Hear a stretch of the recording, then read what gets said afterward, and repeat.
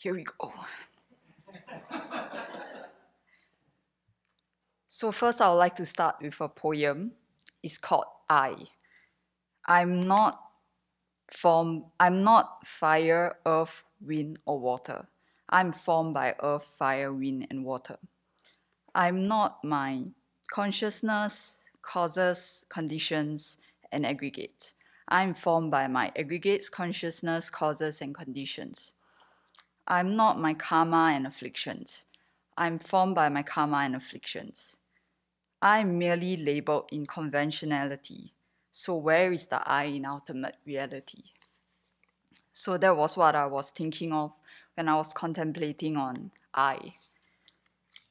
So during this retreat, it was very fulfilling for me. If giving birth was so easy, where you get slapped and boom, you get reborn, how nice it would be. So I got slapped by reality and humility, and I felt that I was reborn during this retreat.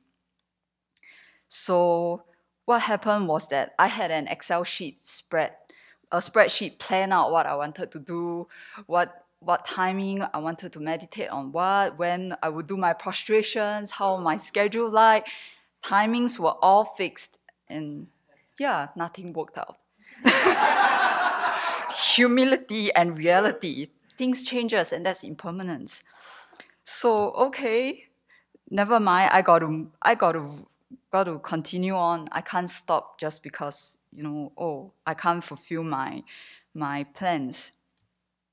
So one thing that I started off with meditating on foulness of the body, and it was pretty helpful, and it brought back some experience when I was doing monastery shopping in Taiwan. So what they did for the foulness of body was that it was in summer times, so we were sweating. It was bad. 20 people were in a room, and we didn't get to shower for maybe 2 weeks. Yeah, so we really experienced how it was like. It was really foulness of the body. And yeah, at night, it was a real challenge. So that was my first experience on foulness of the body, and I'm really glad that this didn't happen here.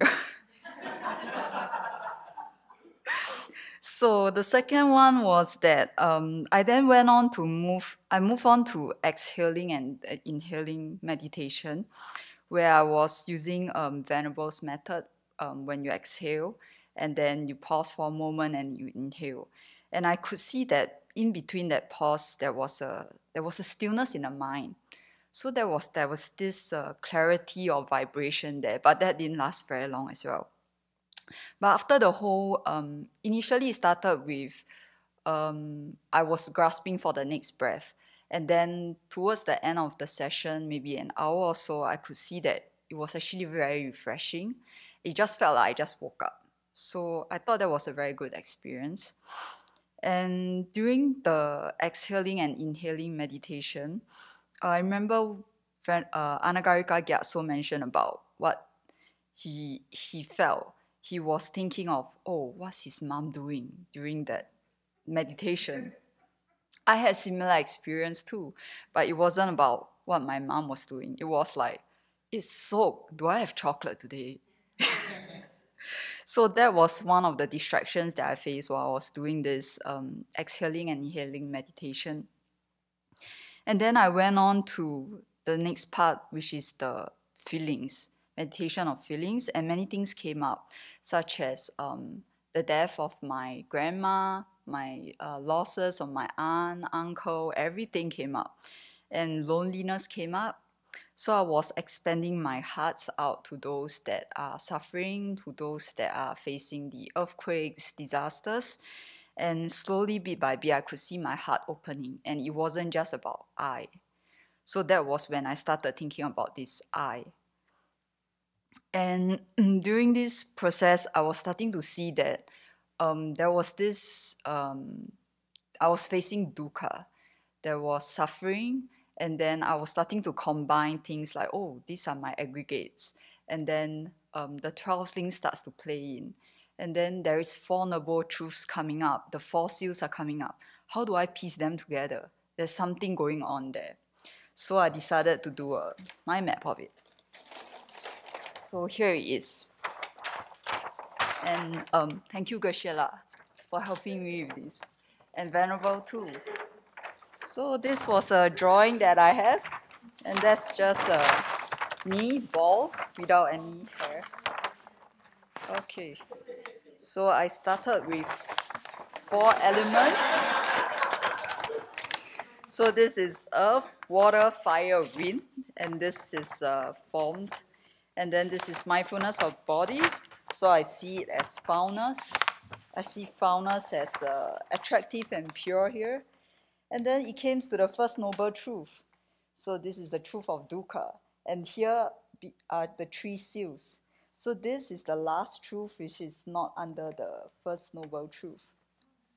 And then I went on to see that, oh, I'm actually formed by also the 5 aggregates.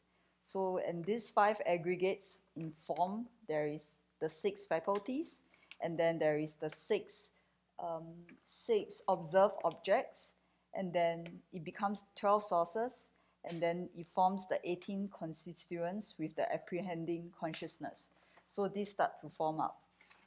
And then I went on to move on to feelings, which is the second one, mindfulness of feelings. And then there is pleasant, unpleasant, and neutral feeling. So I started to break it up further to object, contact. Oh, thank you.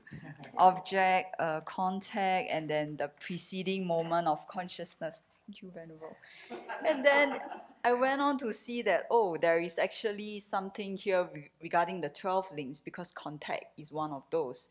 And then contact will lead to feeling. And feelings is actually part of mindfulness of feeling. So this links back to the 12 links here. And under consciousness, there will also be the 84 types of the different types of mind, and then it breaks up into the 51 mental factors. And then here it links it up again.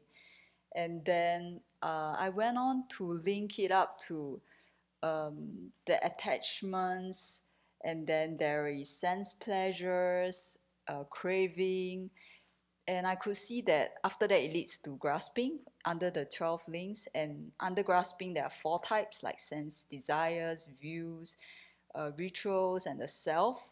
And then here Geshe-la actually told me that the self in Prasangika view and the other tenet systems is different.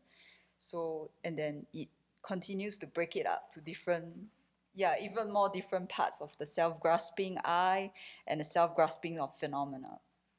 And then after that, I continue to move on to see that, oh, actually the foundation of emptiness, it actually leads to the Heart Sutra. And then Venerable told me the Heart Sutra is actually the foundation of emptiness. And that's the core teaching of the Heart Sutra. So I actually went on to read about the Heart Sutra, which is another whole map.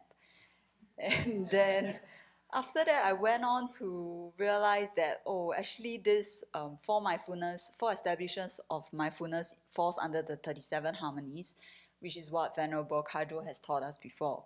And then these 37 harmonies are formed by the 4 establishments of mindfulness, the 4 supreme strivings, the 4 bases of spiritual powers, the 5 faculties, 5 powers, 7 awakening factors, and the Eightfold Path. And these Eightfold Paths are actually in the 3 higher trainings. So I start to see the link here as well. Like the 4 establishments of mindfulness is actually the foundation. And then once you have that, you can continue to slowly perfect it as you go to until the Eightfold Path.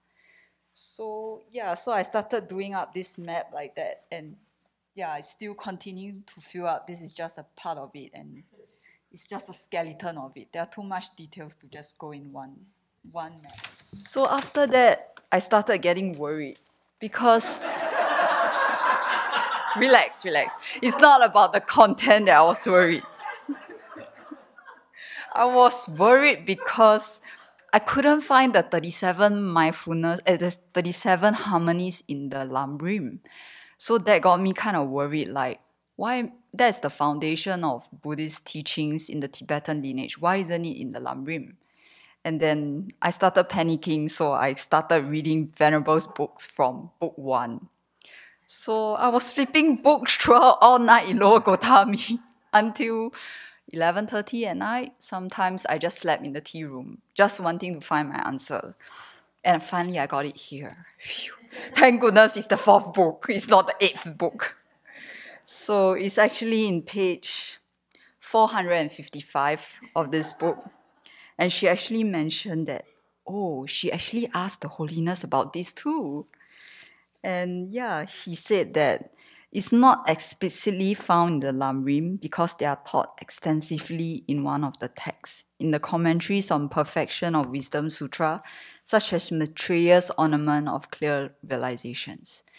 And also they study them while learning Chandrakirti's Supplement to the Middle Way and Master Tsongkhapa's commentary on it, Illuminating the Thought. So that is my answer. Yeah, and I confirmed that with Gershela, and he mentioned that actually the 37 harmonies are in different parts of the Lamrim. So that was my small realization or small discovery during this 3 months retreat. And then during the retreat, I was also working on different things such as the confused state of my mind, because it's just a new environment for me, and I was trying to get a lot of clarity here. So I really sat on things that are difficult, trust, confidence. I couldn't do many of the things like this today. I couldn't go without a script. I couldn't face people when I was talking. I couldn't look at them in the eye. My head was literally like that all the time. And I remember when I first came, somebody told me, your face was literally in the bowl. Like, here. So I'm just grateful. I had a lot of appreciation throughout this retreat. I see a lot of gratitude in the community, in this place, in the practice.